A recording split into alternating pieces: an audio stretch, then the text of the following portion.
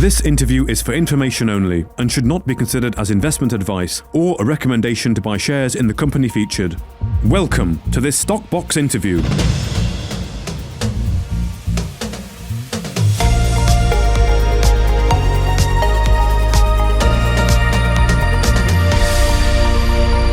Well, joining us today is James Campbell, the Managing Director of Botswana Diamonds, following publication of the company's interim statement and financial results. Welcome back, James. How are you? I'm very, very good indeed, Mark. How are you? And thank you very much for having me. Yes, I'm good. Thank you, James. It's good to be talking again. Of course, we caught up earlier on in the year. We had a bit of a special feature where you took us through the whole corporate objective and presentation of the company. And I'm pleased to see that a lot of those things that you talked about seem to be happening, and in fairly swift order as well. I mean, we talked last time about imminent production there at Marsfontein and wanting to become a diamond producer. Well, I mean, from the results this morning, the announcement this morning, you've done that, haven't you? You are in production now at Marsfontein. Mark, it's a very good point you actually raise. That we like to try and obviously achieve what we set out to be achieved, and we like to be held accountable for what we actually state either in our interviews or annual reports. So yes, we're delighted to advise that the first diamonds have come out of our project at Marsfontein, and if your viewers go onto the Botswana Diamond Twitter site, they'll see a picture of one of our better looking diamonds we recovered, and this one came from one of the dumps. Yeah, I've seen that picture this morning. I'd encourage people to go and have a look at that on your Twitter page there. As I understand Marsfontein, it was a fairly simple-ish operation, relatively speaking, and it's processing gravel, isn't it? So the actual operation is fairly straightforward and probably brought into production at probably not very much cost to Botswana Diamonds.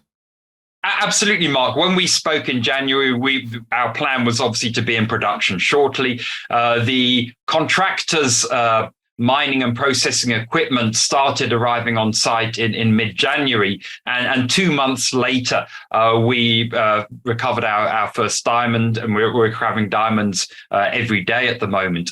And the deal we have with Euro-African Diamond Corporation is that they put in all the capital and the operating cost. They run the mining operation.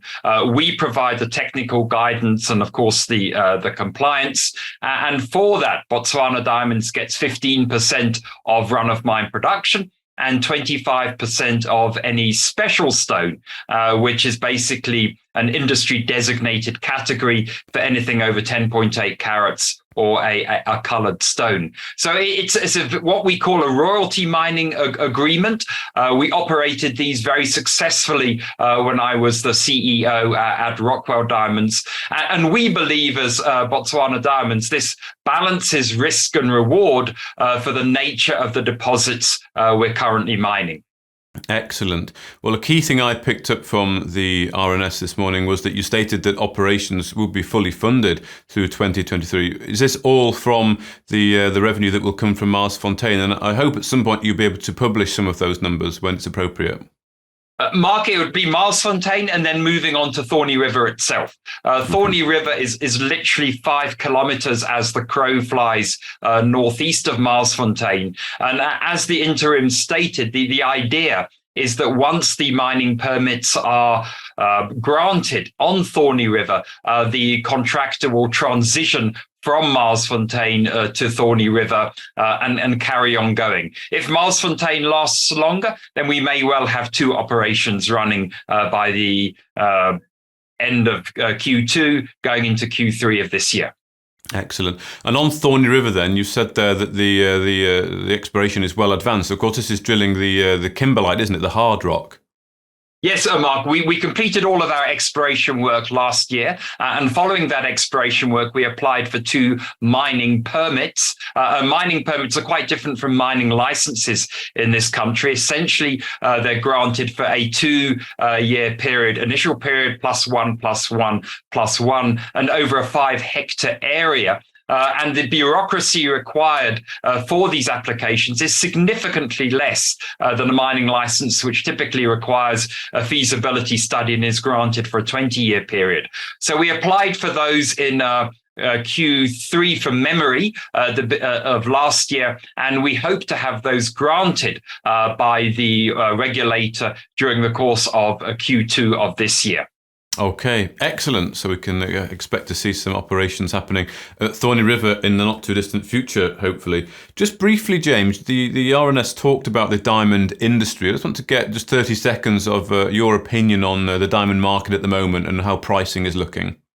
The diamond market, Mark, at the moment is looking good, notwithstanding the conflict we have in Ukraine at the moment. And the key issue to watch is actually the re-emergence of China as a major market. It's certainly looking like it's beginning to open, but China is so important for the diamond industry that we're watching this very, very carefully. And if China really does open to the extent we believe it will open, then that will provide further support to the increasing diamond prices.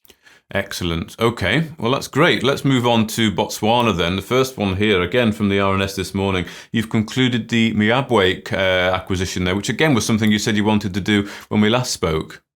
No, absolutely, Mark. This has been on my kind of to-do list for several years now. Maibwe, it was previously a joint venture with BCL, which was the large copper mine in Botswana, which went into liquidation. So it took a lot of negotiation and a lot of time to extricate ourselves from the joint venture with BCL. And we were delighted that the liquidators of BCL accepted our offer. And we've completed all the paperwork. We've got regulatory approval. So it's now done. And it's now up to ourselves and our partners, Future Minerals, to get on with exploration work in what is a highly prospective concession in the west of the central Kalahari in Botswana. And you plan to get on with exploration this year? Absolutely. We are now in the process of reapplying for the updated prospecting licenses, and in that will be a work program. And yes, because we see that as being very complementary to our other activities in Botswana, being under Sunland and Sekaka, and of course the KX36 deposit too as well. Excellent. Okay, and as we said before, that will be funded by the revenue from Marsfontein. So we're all good on the funding front there. This is absolutely the plan, Mark, yes. Excellent. Well, finally, James, there was a small line in the RNS about Gaghoo, and I know this has been going on for a fairly long time. Is there anything you can update on Gaghoo and what the situation is? Absolutely, Mark. As per the chairman's comment in the interims, that we worked very, very hard over 2 years now to actually secure the acquisition of Gaghoo, and we went through a very quiet patch towards the end of last year. But there has been a resurgence of interest in working with Botswana Diamonds to acquire Gaghoo from GEM, and let's just hope and see what we can do.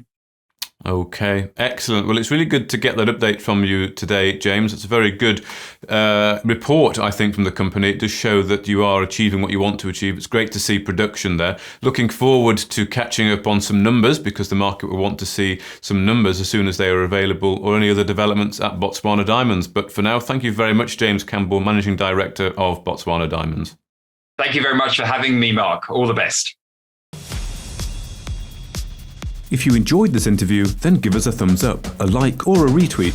Subscribe to us on YouTube or follow us on Twitter, and hit that notification bell to be the first to know when we release new content. There's loads of great content on our website too, across all our programs at stockboxmedia.com.